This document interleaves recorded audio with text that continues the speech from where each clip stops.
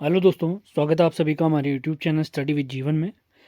जैसा कि आप सभी लोग जानते हैं, 2 फरवरी से यूकेपीएससी द्वारा अपर पीसीएस मेंस की परीक्षाएं चल रही हैं।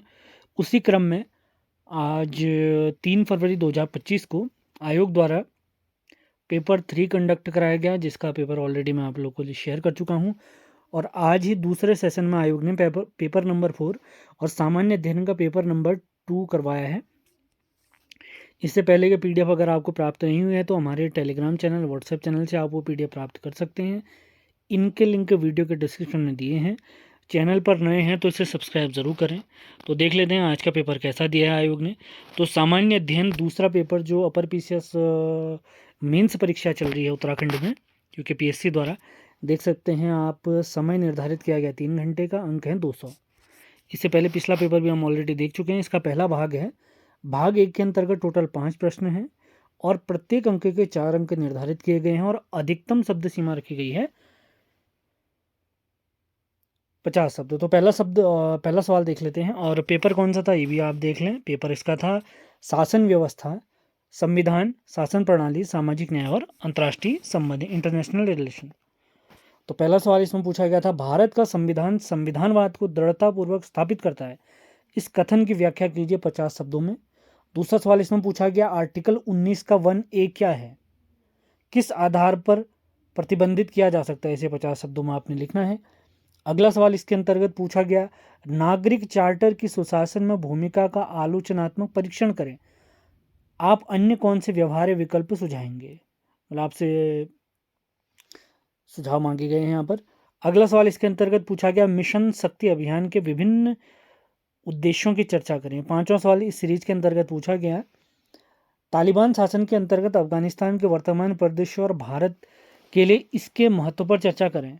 तो हाल ही में आप लोगों ने देखा होगा, तालिबान यानी अफगानिस्तान और पाकिस्तान के बीच में काफ़ी गोलाबारी इत्यादि चल रही थी। तो उसी मौके का फ़ायदा उठाकर भारत ने क्या है, अफगानिस्तान के साथ अपने रिश्ते अच्छे कर लिए हैं। तो उसी से रिलेटेड एक सवाल था, करंट इवेंट को जोड़ते हुए।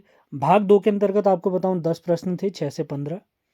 सभी प्रश्न अनिवार्य हैं। प्रत्येक जो प्रश्न है उसके 8 अंक निर्धारित हैं और शब्द सीमा यहाँ पर रखी गई है। एक बार फिर से, पहले प्रश्न में थी 50 शब्द, अब है 100 शब्द। तो देख लेते हैं कौन कौन से सवाल इसमें पूछे गए हैं। पूरी पीडीएफ आपको हमारे टेलीग्राम चैनल और व्हाट्सएप चैनल से प्राप्त हो जाएगी। सर्वोच्च न्यायालय की अपने निर्णयों की समीक्षा करने की शक्ति का परीक्षण कीजिए। वे कौन सी परिस्थितियां हैं जब वह अपने निर्णयों की समीक्षा करने से इनकार कर देता है।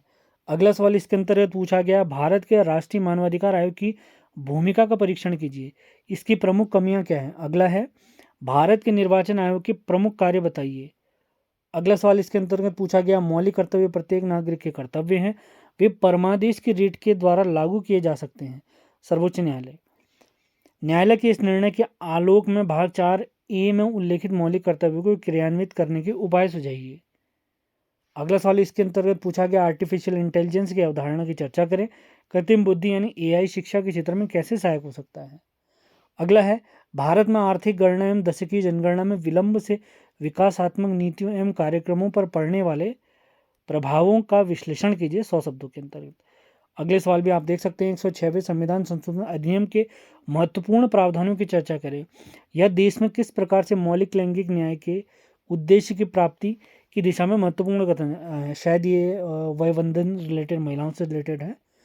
अगला है, प्रासंगिक संवैधानिक प्रावधानों की मदद से सामाजिक न्याय के संवैधानिक परिप्रेक्ष्य की व्याख्या कीजिए। अगला सवाल अगर हम देखते हैं, सिंधु जल समझौता 1960 जो कि वर्ल्ड बैंक के मदद से भारत और पाकिस्तान के बीच हुआ था। सिंधु नदी के अंतर्गत टोटल 6 नदियां आती हैं, जिसमें ऊपर की 3 नदियां पाकिस्तान के अंडर हैं और नीचे की 3 नदियों का ज़्यादा पानी भारत के अंडर है। व्यास, रावी, सतलज वो भारत के अंडर है, बाकी सिंधु और ऊपर वाली जो नदियां हैं वो पाकिस्तान के अंतर्गत, आप जानते ही हैं। अगला इसके अंतर्गत सवाल है, विदेश में भारत के हितों के संवर्धन में भारतीय प्रवासी कैसे महत्वपूर्ण भूमिका निभाता है, वर्णन करें। अगला इसमें देखते हैं, भाग 3 के अंतर्गत क्या कहा गया। टोटल 10 प्रश्न हैं, 16 से 25। प्रत्येक प्रश्न के 10 अंक निर्धारित और शब्द सीमा यहाँ पर है 150। सबसे पहले 50 शब्दों में लिखने थे आंसर, दूसरे खंड में 100 शब्दों में, अब लिखने हैं आपने अगले 10% 150 शब्दों में। तो सवाल देख लेते हैं। राष्ट्रीय हरित अधिकरण की कार्य प्रणाली व प्रक्रिया से पर्यावरणीय विवादों को शीघ्र निपटाने में सक्षम बनाता है, टिप्पणी करनी है। अगला है ईडी यानी प्रवर्तन निदेशालय की शक्तियां कार्यों का वर्णन कीजिए। हाल ही में ईडी काफ़ी चर्चाओं में भी रहा था, आप सभी लोग जानते हैं। परिसीमन आयोग के उद्देश्यों पर प्रकाश डालिए। जम्मू तथा कश्मीर परिसीमन आयोग की रिपोर्ट 2022 की मुख्य संस्तुतियों के संक्षेप में उल्लेख कीजिए। अगला है भारत में सॉलिसिटर जनरल की नियुक्ति एवं कर्तव्यों को समझाइए, क्या उसके पद से जुड़ी कोई सीमाएं हैं। अगला सवाल है देश भर में आम नागरिकों के जीवन स्तर में गुणात्मक सुधार के उद्देश्य प्राप्त हेतु भारत सरकार द्वारा राष्ट्रीय मूल सेवाओं के विकास संबंधी भूमिका का आलोचनात्मक परीक्षण कीजिए। अगला सवाल आप देख सकते हैं, वेरी इंपॉर्टेंट, यहाँ पर जो हमारी भारत सरकार द्वारा चलाई गई स्वास्थ्य योजना है, आयुष्मान भारत प्रधानमंत्री जन आरोग्य योजना विश्व की सबसे बड़ी स्वास्थ्य बीमा योजना है। भारत में इस योजना के क्रियान्वयन की आलोचनात्मक समीक्षा कीजिए। अगला सवाल है भारत सरकार के कोविड-19 प्रबंधन एवं सफल टीकाकरण रणनीति की भूमि में पुनः एमपॉक्स महामारी की चुनौती से निपटने के उपायों की विवेचना कीजिए। उसके बाद है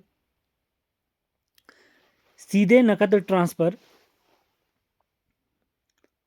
महिलाओं के प्राप्त होने से परिवार में उनकी स्थिति को कैसे मजबूत और सशक्त किया जाएगा, विश्लेषण कीजिए। अगला है दक्षिण एशियाई क्षेत्र में चीन की सॉफ्ट पावर कूटनीति का विश्लेषण करें। अगला है संयुक्त राष्ट्र जलवायु परिवर्तन सम्मेलन के उद्देश्य और उपलब्धियों की व्याख्या कीजिए। तो इस प्रकार आप देख सकते हैं अपर पीसीएस मेंस परीक्षा जो कि कल से स्टार्ट हुई थी, टोटल 4 दिनों तक चलने वाली हैं। 2 दिन निपट चुके हैं, 2 दिन में 4 पेपर हमारे हो चुके हैं। अगले जो पेपर होंगे बहुत जब पेपर होने के तुरंत बाद आप लोगों के साथ शेयर कर दिए जाएंगे। पीडीएफ इत्यादि आप हमारे टेलीग्राम और व्हाट्सएप चैनल से प्राप्त कर सकते हैं, जिसका लिंक वीडियो के डिस्क्रिप्शन में दिया गया है। चैनल पर आप नए हैं तो इसे लाइक शेयर और सब्सक्राइब जरूर करें। मिलते हैं अगले वीडियो में, धन्यवाद।